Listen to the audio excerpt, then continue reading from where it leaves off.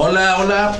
Buenos días a Heraldo Salud. Gracias por estar con nosotros como siempre en estos sábados por la mañana a las 9 de la mañana, hablando de temas súper interesantes para nosotros y supongo que también para ustedes, que les sea de utilidad. Y hoy vamos a hablar justamente de lo que estaba usted escuchando en la música de la introducción a este compositor célebre, Beethoven, y su padecimiento justamente que lo hizo padecer, pero que no lo mermó en su capacidad artística que fue Beethoven.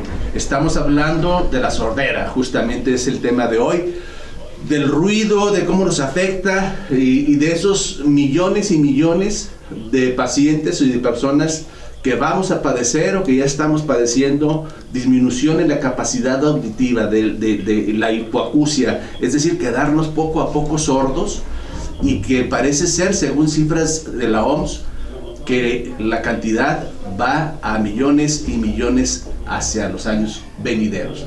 Nos va a acompañar para desglosarnos, desentrañar este tema que es la sordera y la hipoacusia, y un poquito de vértigo también, el doctor Regino Montoya, que es otorrinolaringólogo del Hospital Ángeles. Doctor Regino, bienvenido.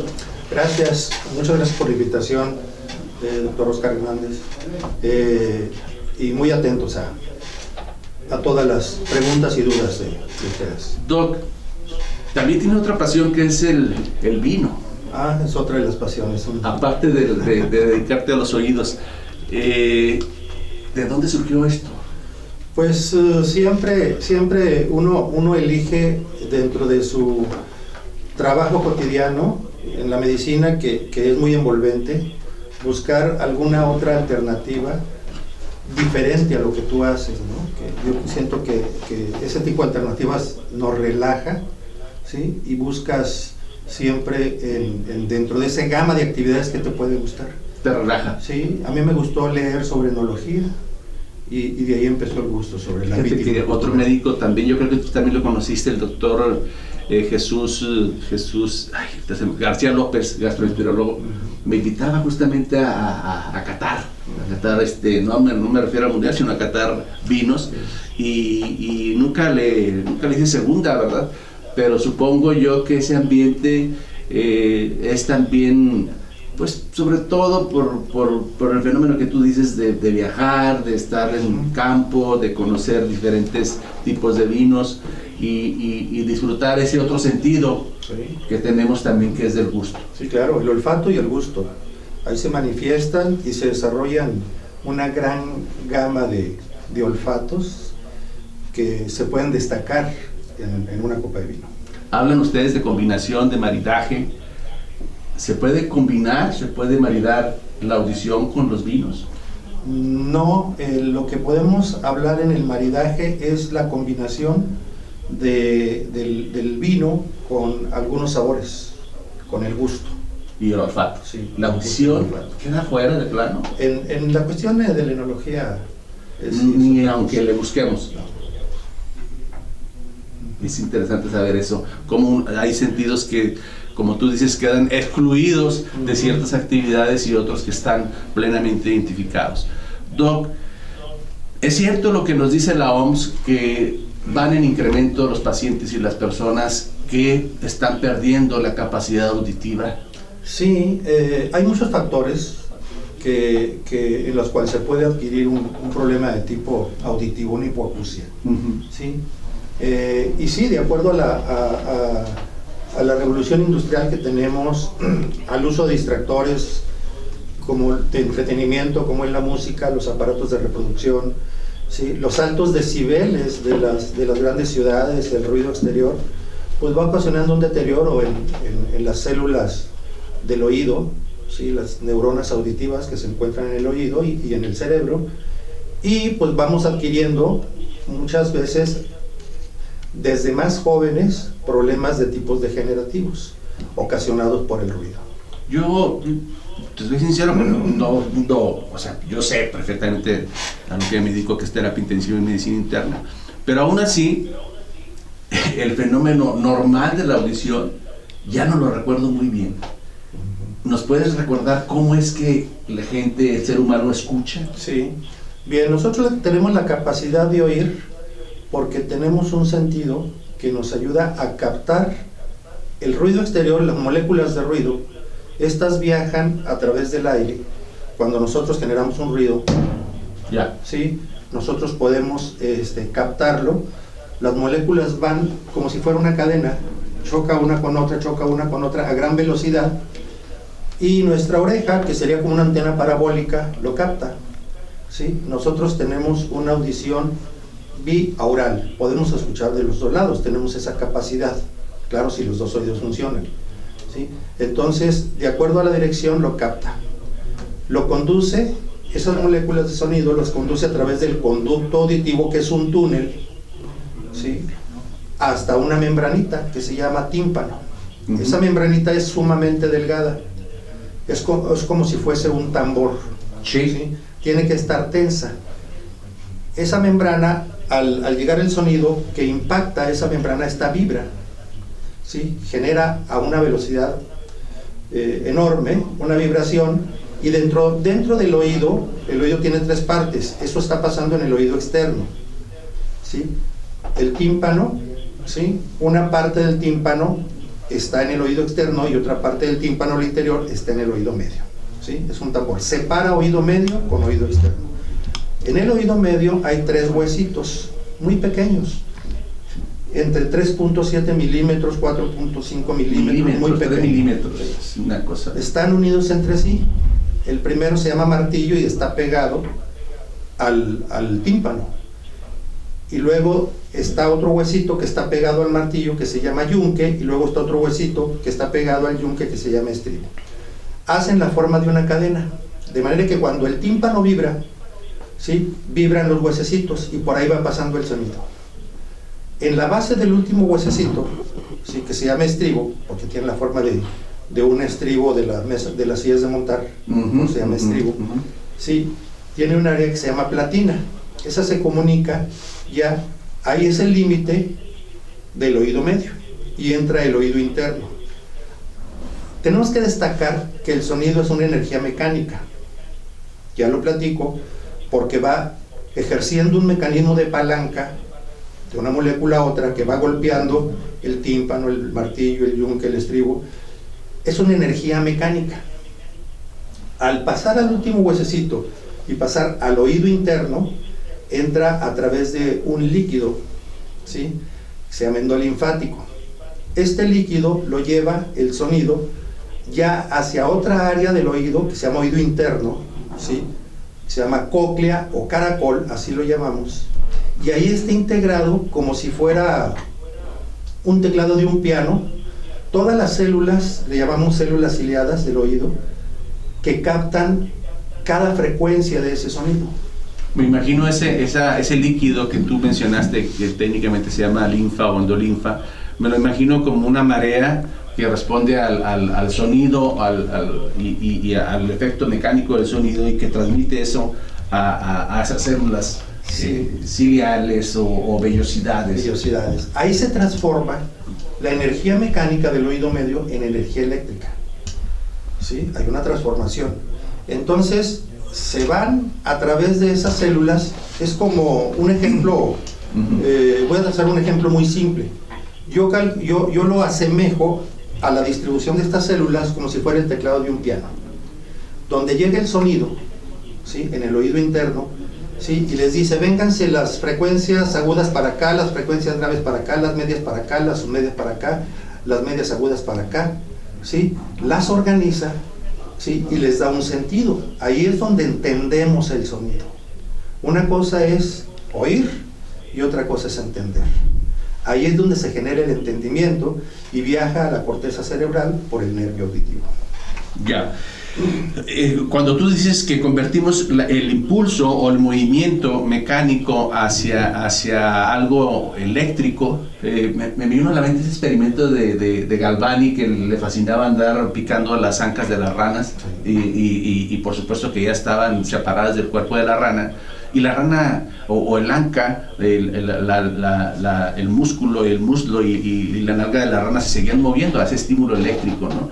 Y eso era justamente la base del entendimiento de cómo funciona nuestro sistema nervioso a través de impulsos eléctricos. Por supuesto que son micro, o sea, son cosas minúsculas, esos impulsos, pero finalmente ese impulso eléctrico lo que va a generar otra producción de sustancias que se llaman neurotransmisores, y que eso nos hace pensar, nos hace sentir, nos hace funcionar como lo estamos haciendo, como usted nos está escuchando, como yo estoy emitiendo sonidos o platicando, y el doctor Montoya también. Y también tenemos un receptor, que es usted, que nos está escuchando del otro lado y que está asimilando y entendiendo lo que nosotros estamos diciendo. Es decir, el oído como un instrumento, un aparato que nos sirve para captar ruidos y filtrarlos y enviarlos hacia el cerebro, que es el gran intérprete de lo que estamos diciendo. Y por supuesto, esa es la vía normal, doctor Montoya, esa es la vía normal. Pero las cosas cambian cuando se empiezan a alterar esa vía normal. Desde que se emite el sonido, ya sea porque está muy fuerte, o hasta que lo recibe el oído, o bien tenemos problemas a nivel central, en el centro de interpretación de lo que estamos escuchando, y luego después el lenguaje, porque prácticamente este asunto del oído, sin un buen oído, no se puede aprender. Es correcto. Nosotros cuando desarrollamos un lenguaje lo desarrollamos porque oímos, ¿sí? Si un pequeñín, un recién nacido, nace sin tener una percepción auditiva, ¿sí?, no va a desarrollar lenguaje, y no es porque tenga un problema con sus cuerdas vocales, con emitir la voz, sino que no escucha, y nosotros no escucha y no imita. Nosotros aprendemos por imitación, ¿sí? Entonces no se desarrolla el lenguaje, y el crecimiento pues se va perdiendo el desarrollo. Fíjate que ahorita que estás mencionando eso, hay un grupo inicial de médicos incluso, o neuromédicos y filósofos y gente lingüista, que creyó y postuló en un inicio que tenía la idea de cuando todavía no se descifraban los asuntos del lenguaje, al menos como lo sabemos ahorita, que el lenguaje ya venía como un chip integrado en los recién nacidos o en el ser humano, en los bebés, y que el niño hiciera lo que hiciera, Doc, iba a hablar, que ya estaba destinado a hablar a los 2 o 3 años el bebé, cada vez de menos a más, y que ni siquiera tenía que ser estimulado. Ese asunto fue desmentido gracias, de una manera muy, muy trágica, por supuesto, con los niños que fueron aislados y separados de sus madres en la Segunda Guerra Mundial por los alemanes en el Holocausto. Y se mostró justamente eso, que esos bebés que estaban enclaustrados y que hacían experimentos con ellos de aislamiento, justamente de una manera muy, muy bárbara, por supuesto. Los niños eran aislados de cualquier estímulo y por supuesto prácticamente no podían hablar, o sea, balbuceaban porque no estaban inhibidos de los estímulos externos. O sea, ahí fue una manera un experimento, por supuesto, bárbaro, ¿no? de poder descubrir que los niños requerían una retroalimentación para poder desarrollar el lenguaje a través, sí escuchaban, pero no podían interpretar nada y balbuceaban. Y por supuesto el retraso, lo peor de todo de eso, que el retraso era irreversible. Sí, si una persona adulta por alguna situación pierde la audición de manera total, ¿sí?, y no existe el estímulo auditivo, y él ya tiene un lenguaje, poco a poco él no lo va a perder completo porque lo tiene, pero va a perder la forma de hablar. Se puede comer letras, va a hablar de manera diferente, de una manera más entorpecida, ¿sí? Entonces la importancia del estímulo auditivo para estar desarrollando el lenguaje. Pienso en los recién nacidos. Nosotros visitamos entre semana la clínica en el Hospital Ángeles del doctor Regino Montoya. Se le recomiendo, por favor.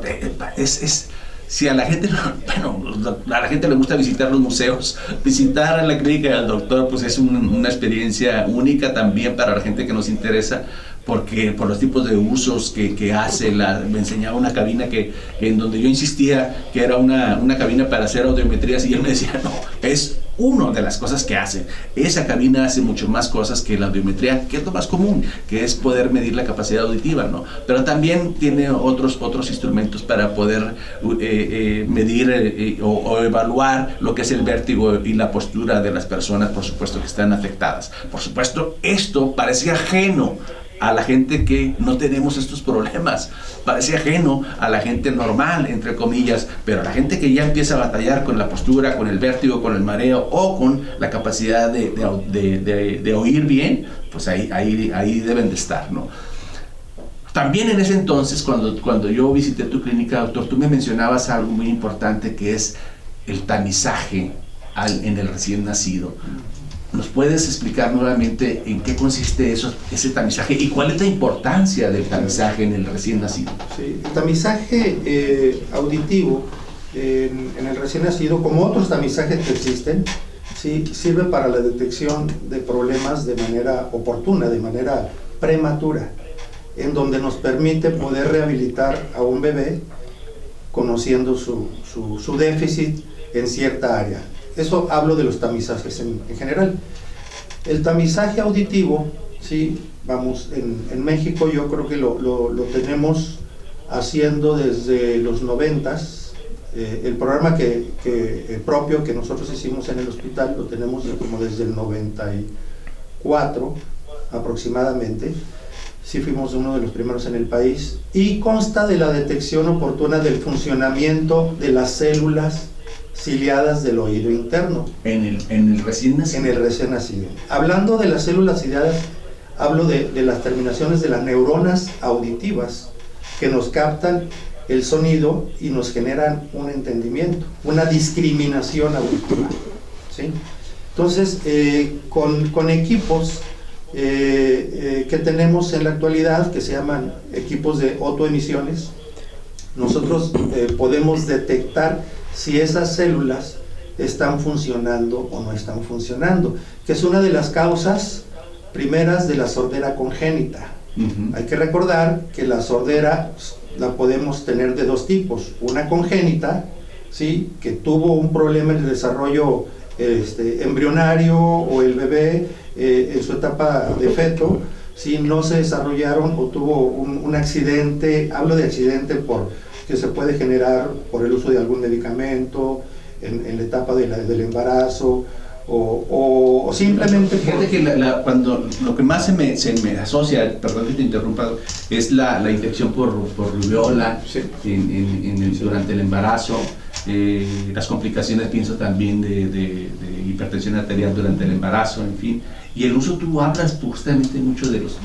Por eso nosotros tenemos mucho cuidado, más que cuidado, tenemos miedo de indicar medicamentos o fármacos en la fase temprana del embarazo. Sí. Prácticamente todos los medicamentos dicen cuidado, no se utilice durante el primer trimestre del embarazo, porque no sabemos o no hay estudios de esos medicamentos de cuáles son los efectos que puedan, por supuesto, contrarios o adversos hacia el bebé. Sí.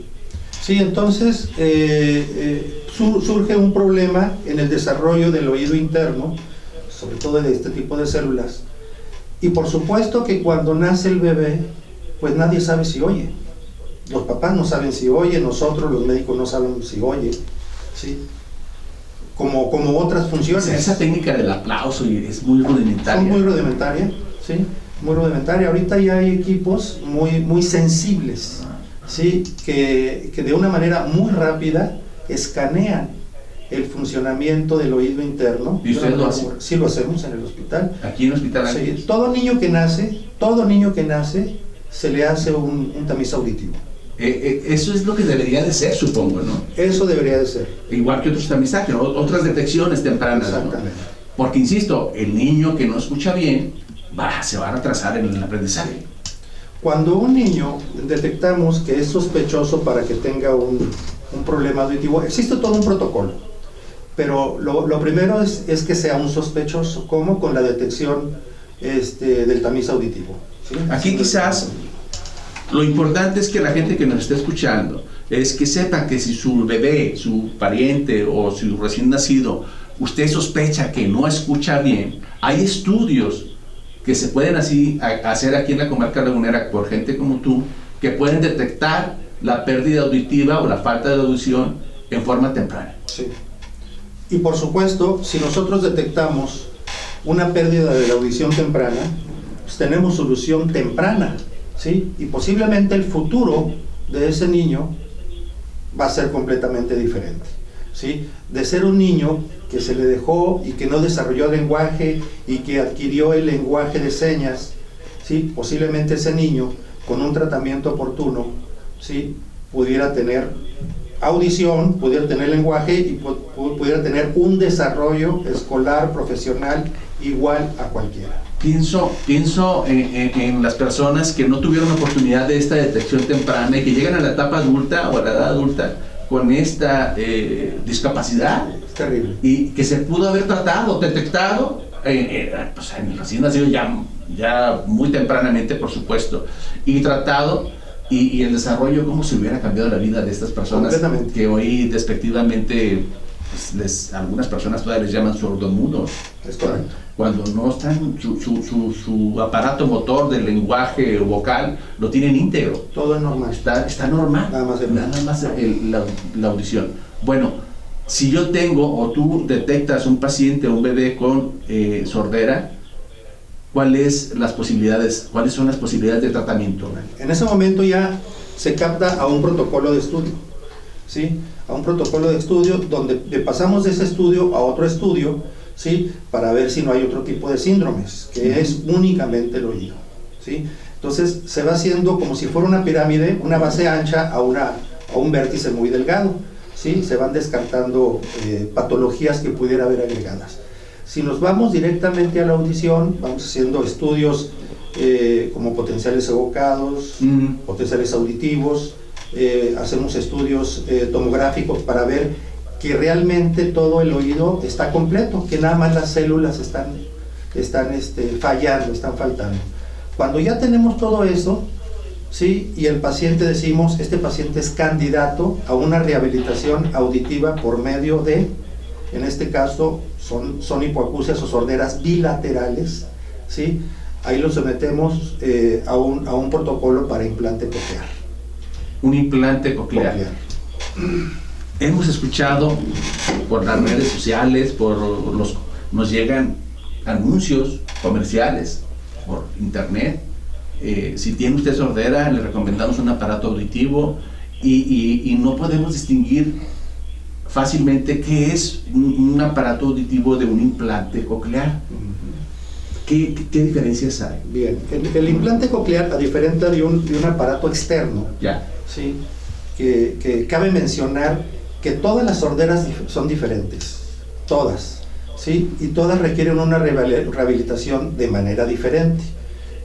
El equipo auditivo de Pedrito no le sirve a Juanito, el de Perenganito a San Juanita, no, tiene que ser personalizado, ¿sí? En el caso de los implantes cocleares, estos son equipos bioeléctricos, ¿sí? Que una parte de ese implante va dentro del oído, ¿sí? En el área del caracol, que tiene forma de caracol, ahí se inserta el implante por medio de una cirugía, y otra parte va externa, ¿sí? Por medio de un receptor que va a recibir el sonido, un procesador de sonido, y esa señal la manda directamente al implante que está en el oído interno, como si fuera el nervio auditivo, ¿sí? Donde ya se genera el estímulo hacia directamente el nervio, y lo que no hacía el oído, esa discriminación que hablábamos al principio, lo puede hacer ya el implante coclear y transmitirlo al cerebro. Es muy fascinante e interesante lo que nos estás diciendo. Pienso me quedó la duda, ¿cuál es la vía de acceso que tú utilizas para colocar ese implante, ese cablecito? Supongo que es un cablecito que va hacia el caracol del oído, y luego de ahí sirve como un transmisor hacia la parte central de nuestro cerebro. ¿Cómo lo haces? La vía de abordaje es por detrás del pabellón auricular, se llama vía retroauricular, ¿sí?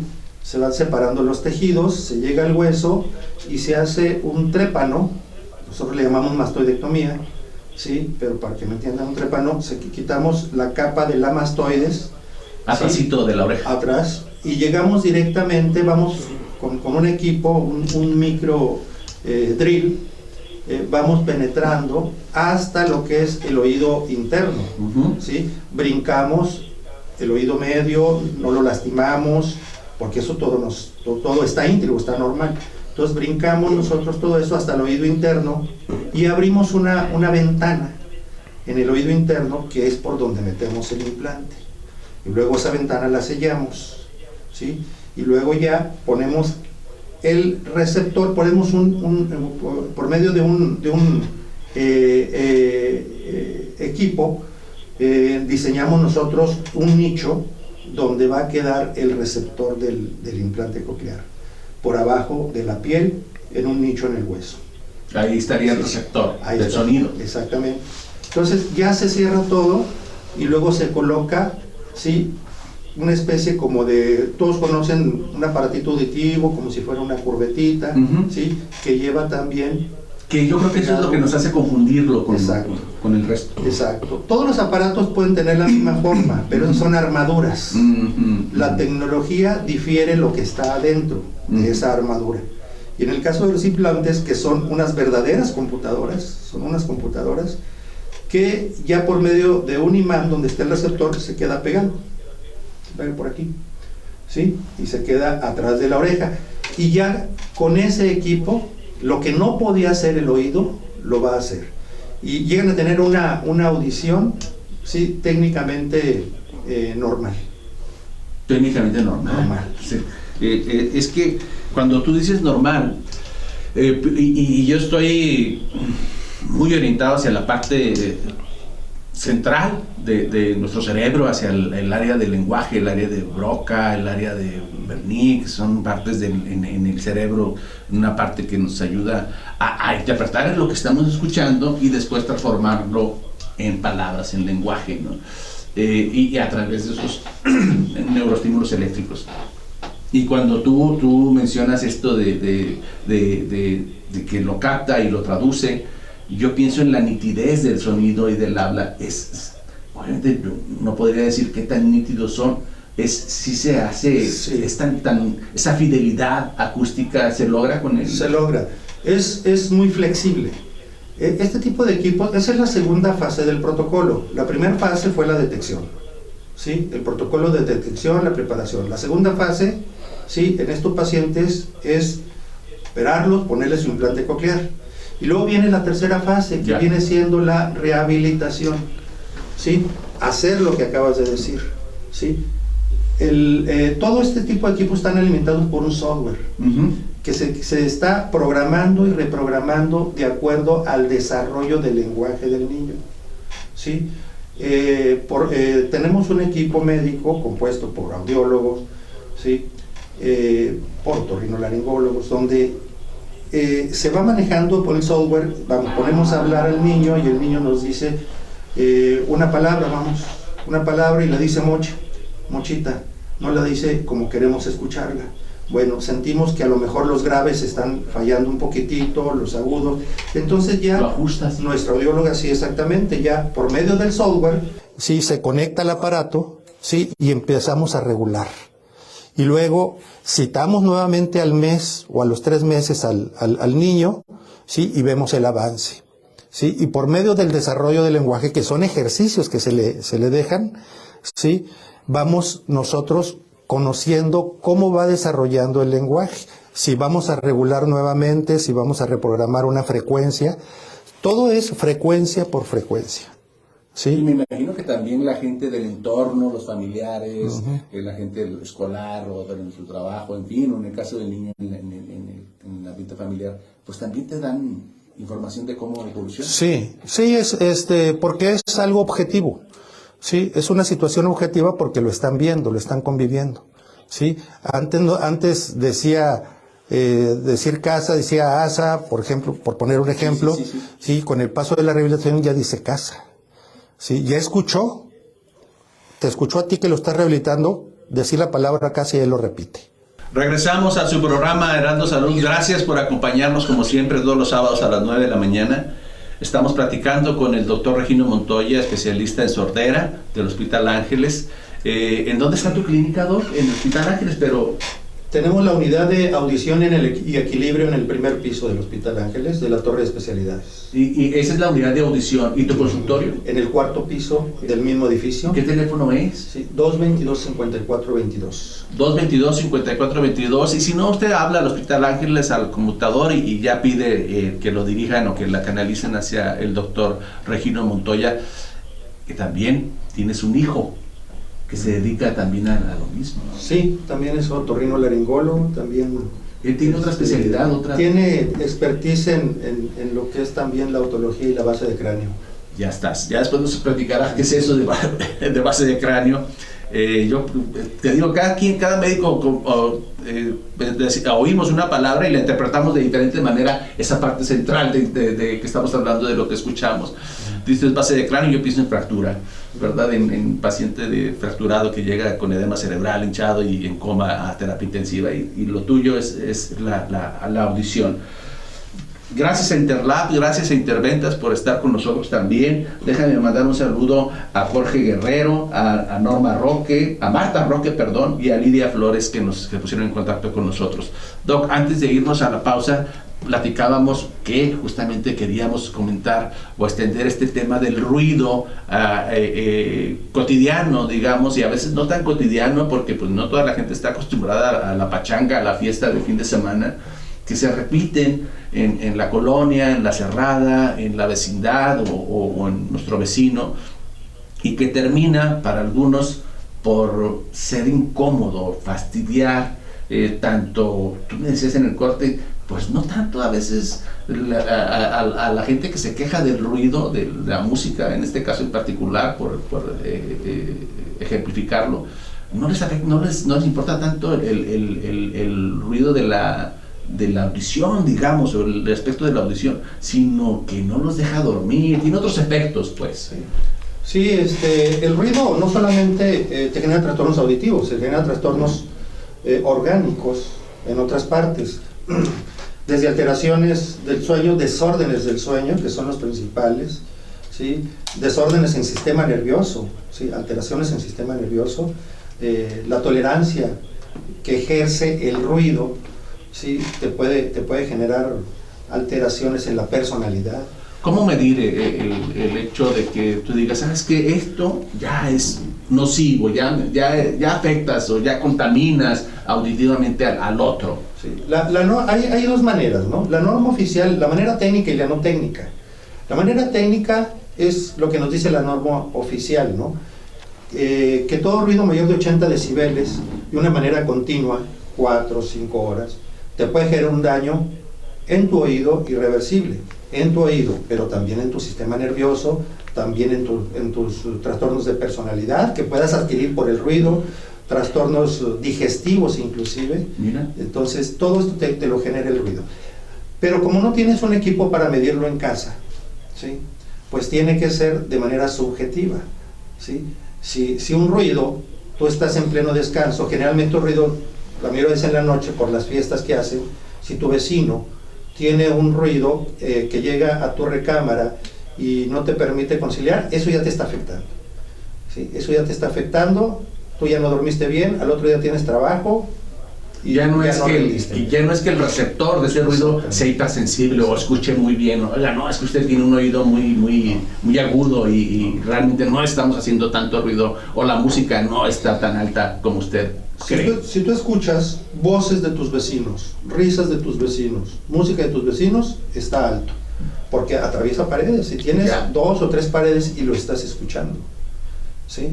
Entonces ya es un ruido subjetivamente muy alto. Hablaste de una cifra de 80. En 80 decibeles es lo que dice la norma oficial mexicana. ¿Y cuánto es lo normal en donde nos podemos comunicar sin haber daño? 20 decibeles. 20 decibeles es el volumen aproximado que tú y yo estamos hablando ahorita. A 1 metro, 1,5 metros de distancia. 2 metros. Está muy bien. Exacto. Ya si tienes que gritar, por ejemplo, en una discoteca, en un antro, sí, ya la cosa ya no está bien. Si tú tienes que elevar tu voz, ¿sí?, para que alguien te escuche, ¿sí?, ya está generando un problema. Ayer estábamos en la noche en un restaurante, la plática estaba normal entre varios, 4 o 6 personas que éramos, pero se instaló el famoso karaoke y la cosa cambió.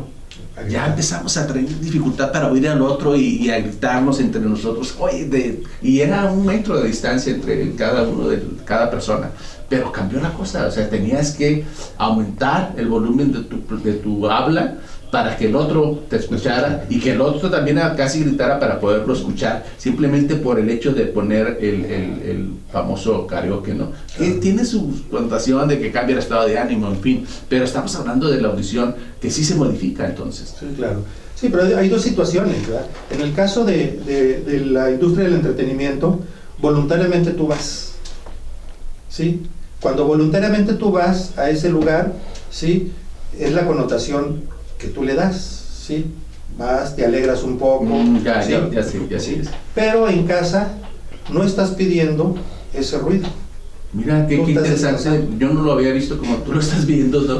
O sea, una cosa es ir al antro y no te puedes quejar de que no escuchas o que estás gritando, no puedes ir con el DJ a decirle bájale el volumen porque no podemos hablar, estábamos platicando a gusto. No aplica eso. No aplica porque tú fuiste voluntariamente.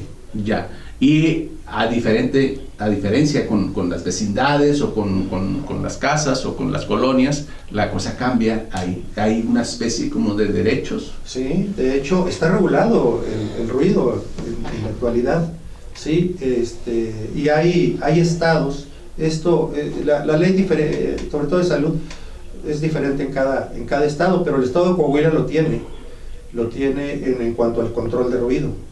Entonces, por ley, digamos, estos comités de regulación sí te pueden decir, ¿sabes qué? Suspende o baja el volumen o se acabó la fiesta. Hasta donde tengo entendido, nuestras autoridades hacen llamados, inclusive por radio, por televisión, hacen llamados y ponen algunos números de teléfono para denunciar a... ¿Y está justificado? Está justificado porque te ocasiona una alteración. ¿Sí? No solamente auditiva, sino como tú lo dices, es el aspecto de sueño, de la personalidad, hasta trastornos gastrointestinales, en fin, cada persona le afecta de manera distinta el ruido. Exacto. Y los audífonos chiquitos que se introducen, que son de moda y que si no los traes no andas en la onda, no estás en la moda, y que a veces la persona que los emplea para escuchar su música, pero también como para aislarse del resto del mundo. Sí. Hace rato comentábamos sobre la adquisición de algunos de los problemas de hipoacusias o sorderas, y uno de ellos es el ruido. Y cómo con el paso del tiempo, ¿sí? Los ruidos que antes encontrábamos en personas de la tercera década de la vida, que trabajaban en industrias muy ruidosas, que el factor de riesgo en su salud era el ruido, ¿sí? Dio un giro y lo empezamos a ver en jóvenes, ¿sí? El problema de la industria se pasó al asunto del entretenimiento, con el uso de los reproductores, que ya tenemos varias décadas, hemos visto cómo han evolucionado, ¿sí? El volumen, la calidad de sonido, etcétera. Pero en los audífonos hay que recordar que la persona que se pone unos audífonos y sella su canal auditivo con estos, está generando un ruido directo, ¿sí? El ruido es un trauma, es un golpe, ¿sí? Hablábamos al inicio que son moléculas que van una golpeando a otra, y esto es un golpe. Y si tú lo tienes sellado tu oído, no hay un dispendio de sonido alrededor hacia el medio ambiente. Todo lo estás concentrando adentro. Entonces es como si te estuvieran martillando constantemente. Y eso es un daño. Eso es un daño, sí, que con el tiempo, en la curva de daño que tenemos por golpes, te va a generar primero un trauma sonoro, que es la inflamación de la célula nerviosa. De la inflamación, sí, viene la muerte de la célula nerviosa, con el uso cotidiano, ¿sí? Entonces se pierden ya algunas células y por lo tanto algunas frecuencias ya no se captan. Pienso que normalmente cuando en el transcurso de nuestro envejecimiento vamos perdiendo capacidad auditiva, es decir, se va degenerando también, como se degenera en todo nuestro cuerpo, también el cerebro por supuesto, pero el sistema auditivo no está exento de ese envejecimiento, para llamarlo de esa manera, y que estas personas que utilizan estos audífonos como que envejecen su sistema auditivo de forma prematura.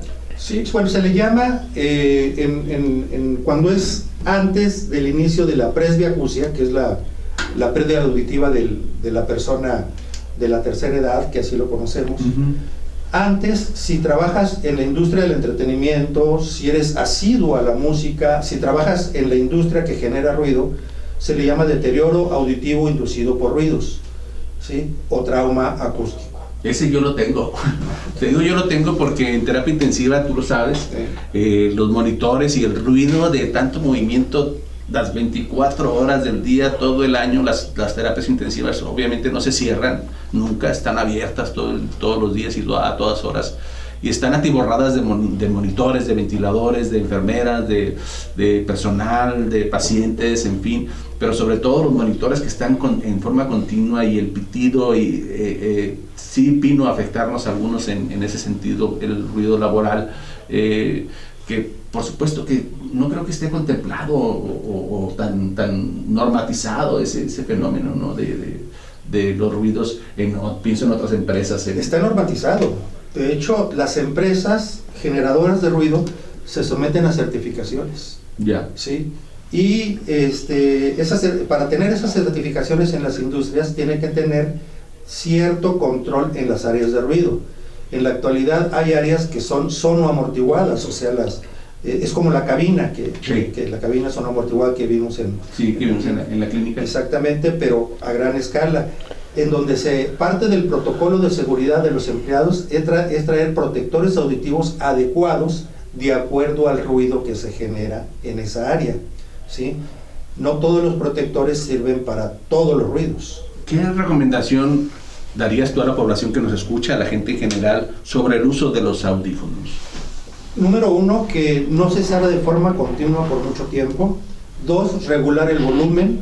De manera subjetiva, ¿cómo podemos saberlo? Si yo estoy platicando con una persona que trae audífonos y está escuchando música, y yo estoy escuchando algo de la música que él escucha, es un volumen alto, ¿sí?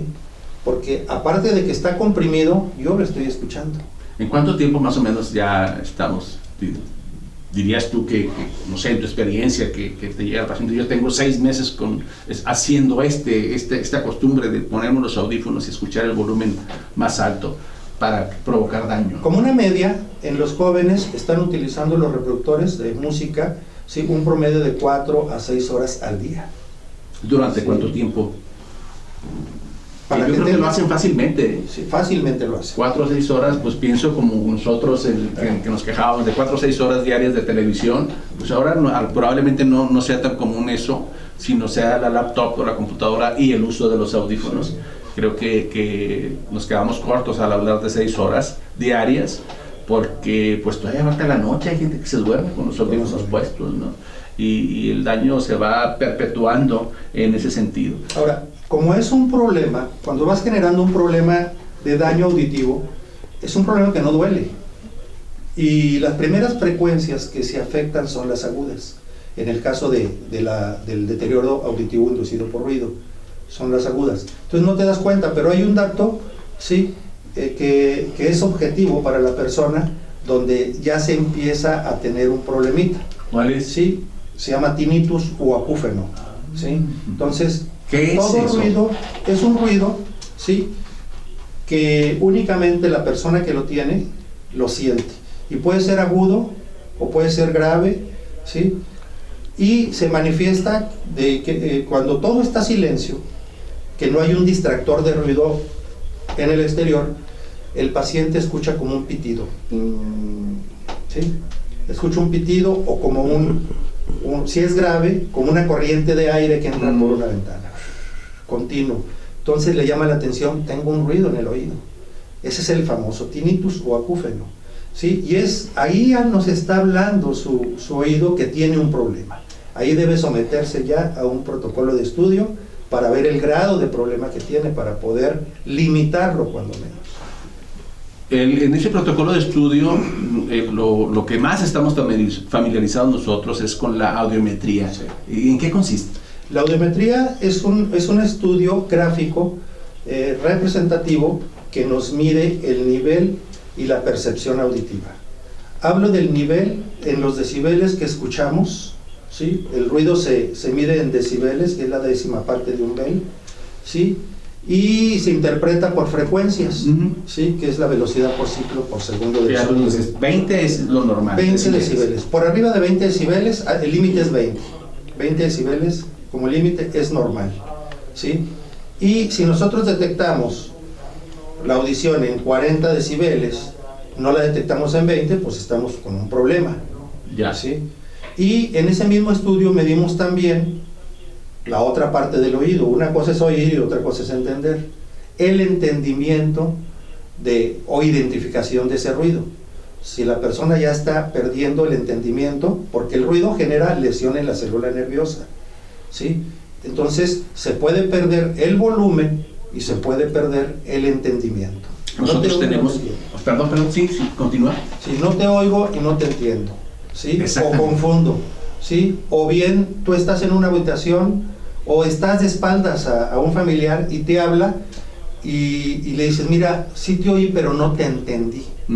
Ya estás ante un problema. Quería hacer un paréntesis en esto, en el otro extremo, en donde nosotros vemos pacientes que cursaron con hipertensión arterial alta y tuvieron una embolia cerebral, que es el nombre coloquial, y que resulta que ese vaso cerebral que se tapó está en el área temporal, al lado del cerebro, a uno de los lados de nuestro cerebro, y que termina el paciente afectado de esa área en donde la zona de interpretación del lenguaje está dañada. Es decir, el paciente sí oye, sí escucha, pero no entiende lo que se le está diciendo.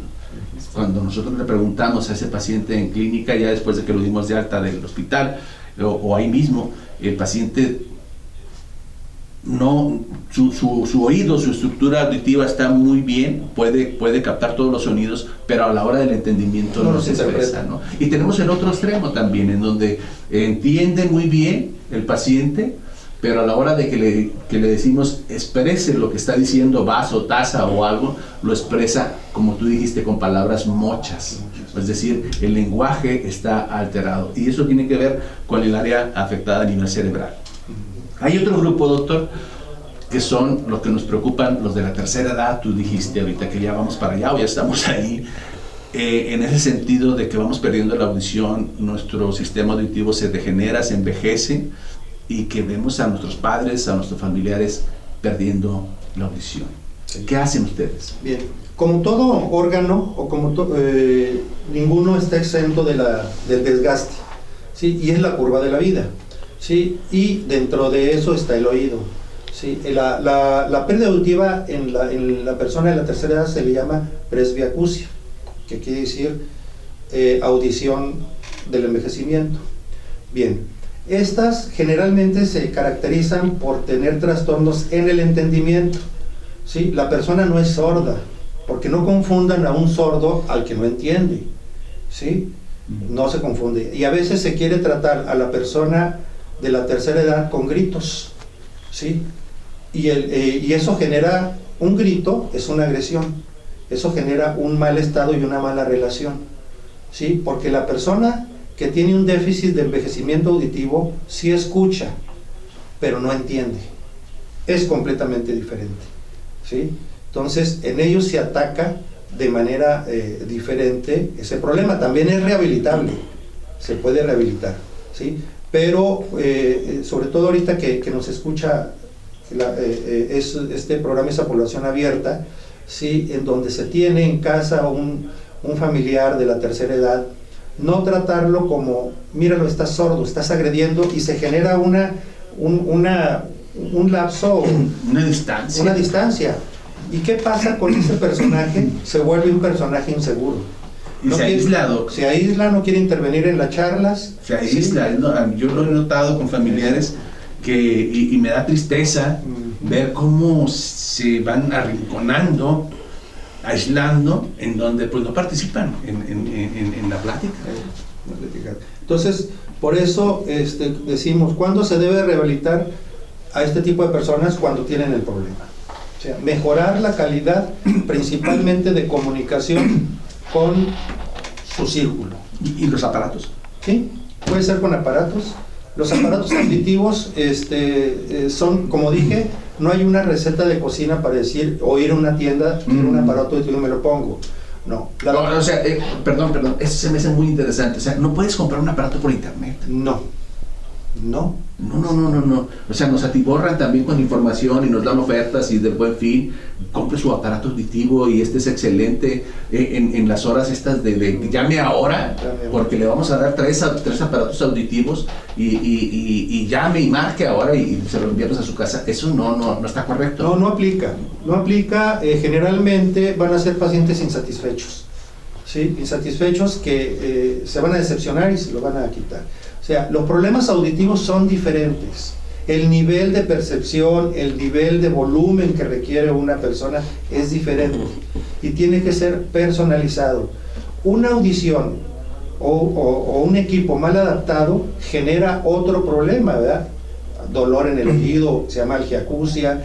Si está demasiado alto, le va a generar un problema de ruido. Exacto. Es que no tolero el aparato porque escucho muy a lo lejos y terminan, yo los he visto, los dejan en la mesa. Eso, arriba del 90% son aparatos mal adaptados. Sí. O sea, la adaptación requiere una profesionalización de la misma de una manera exacta, con los equipos exactos, ¿sí? Hasta que el paciente, ¿sí? Y nosotros tenemos que hacer una evaluación, un pronóstico, ¿sí? Y decirle, ser muy objetivo con los pacientes, por eso tenemos que revisarlos, ¿sí? Con los estudios, yo voy a ser capaz de decirle, yo aspiro, usted escucha, tiene una pérdida de 70 decibeles. Con esta pérdida y con este tratamiento, con este equipo, yo aspiro que usted no la tenga de 70, que la tenga de 40, ya subió. ¿Sí? No puede subir a veces al 100%, pero de tener una pérdida de 70 decibeles a una pérdida de 40, hay un lapso muy largo, ya puede hacer una vida más normal. Ya se puede entender, puede participar, puede dejar de aislarse, puede socializar. ¿Verdad? Recordemos que también este grupo de pacientes, también el senil me refiero, también tienen la pérdida de la visión, catarata, glaucoma. Entonces son sentidos que vamos perdiendo en la medida que vamos envejeciendo. Doctor, tenemos un tema pendiente, te invito a que nos acompañes posteriormente, que es el mareo y el vértigo. Sí, muy interesante. Me disculpo contigo porque te dije que íbamos a hablar de mareo y vértigo, pero es que da para mucho. Y yo creo que es un tema interesantísimo. Todo el mundo hemos estado mareados, todo el mundo hemos padecido de migraña, de vértigo, de náusea y vómito en ese momento en que todo nos da vuelta, y es algo horrible mientras está sintiendo esos síntomas. Nos vamos a ir, gracias a usted por escucharnos, pero quisiera por favor saludar por supuesto a Interventas, a Interlab, y que nos dijeras, doctor, algunas últimas palabras o recomendaciones para poder evitar quedarnos sordos poco a poco. Número, el control del ruido, ¿sí? Tratar de tener un volumen permisible donde no nos afecte y donde no sea molesto para nosotros mismos, ¿sí? ¿Eso abarca? Eso abarca el entretenimiento, el ruido de la calle, ¿sí? Todo eso, tratar de buscar un control. Ya. Lo que podemos nosotros manipularlo, ¿sí? Lo que no podemos manipular, como es el de la calle, pues si hay un lugar ruidoso, que ahorita por ejemplo ahorita en estos tiempos de Buen Fin me he fijado que hay unas bocinas afuera de los negocios darle la vuelta. Ok, igual los audífonos, ¿no? Igual el control del tiempo en que utilizan los audífonos, ¿no? Doctor Regino Montoya, ¿dónde estás? ¿Dónde te puedo localizar si yo tengo un familiar o tengo un problema de sordera o de vértigo o de mareo, que después vamos a platicar de ello? ¿Dónde puedo localizarte?